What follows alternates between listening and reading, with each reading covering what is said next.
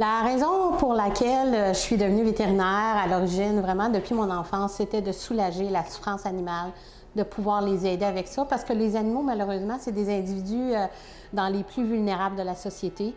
Ils ne peuvent pas parler, ils ne peuvent pas s'exprimer et dire leur douleur.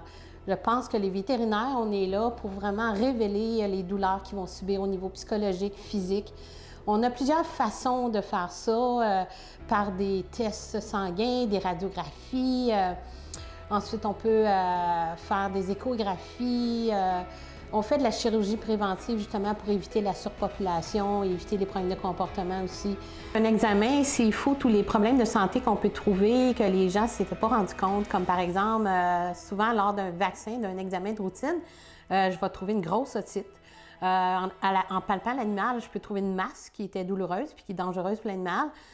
Quand on fait une prise de sang, on peut se rendre compte que l'animal était hyperthyroïdien ou en train de développer un stade précoce d'insuffisance rénale, des maladies endocriniennes. Souvent, je vais trouver des abcès dedans ou même des infections d'utérus qui sont là depuis déjà plusieurs mois.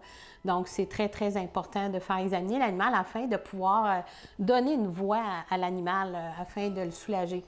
En 2016, on a même parti un programme de stérilisation. On a vraiment même eu une subvention de la ville qu'on n'a pas pu effectuer parce que ma clinique a passé au feu.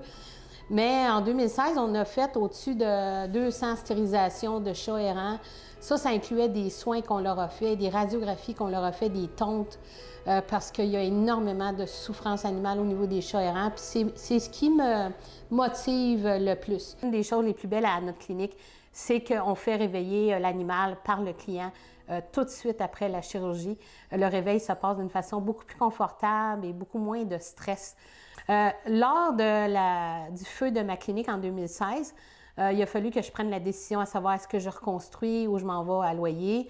Donc, ce qui m'a aidé à prendre la décision de me reconstruire, c'est mes croyances religieuses et l'inspiration de la Bible avec Genèse 6, 14. Et c'est à partir de ça que j'ai décidé de reconstruire ma clinique. Puis je ne le regrette pas, ça a été très dur, très long, mais finalement, on a une belle clinique là, toute neuve. Alors, c'est mon arche de Noé ici avec mes employés on est tous des femmes qui adorons les animaux. On est tous des mamans qui aiment soulager les animaux et rendre le confort le plus possible. Mais vraiment, notre but ultime, c'est vraiment de faire parler l'animal parce que lui ne peut pas le faire.